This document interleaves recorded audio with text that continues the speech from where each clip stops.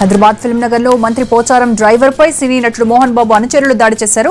మోహన్ బాబు ఇంటి ముందు నిల్చోవడంపై అభ్యంతరం వ్యక్తం చేయడంతో గొడవ చోటు చేసుకుంది. దీంతో మోహన్ బాబు బౌన్సర్లు మంత్రి పోచారం డ్రైవర్ పై దాడి చేశారు. దీనికి సంబంధించి మరింత ఇన్ఫర్మేషన్ మా ప్రతినిధి రమేష్ వైట్ల అడుగుదాం. రమేష్, మంత్రి పోచారం డ్రైవర్ పై మోహన్ బాబుకు సంబంధించిన బౌన్సర్లు చేసిన దాడికి సంబంధించిన వివరాలేంటి?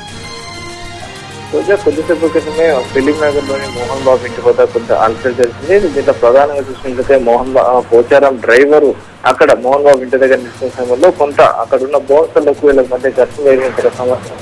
అయితే దీంతో వెంటనే లోపల ఉన్న బౌన్సర్లు బయటకు వచ్చి పోచారం డ్రైవర్ పైన అతని పేరు దాడి చేసినట్లు దాడి చేస్తారు. అయితే దీంతో వెంటనే అక్కడే ఉన్న ట్రాఫిక్ పోలీసులు కలిగేసుకుని విషయాన్ని మొత్తం సర్దుకొంటారు. తర్వాత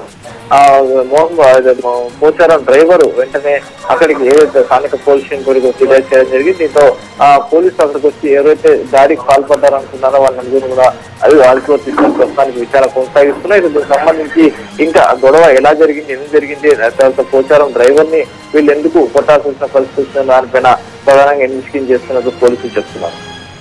రైట్ రమేష్.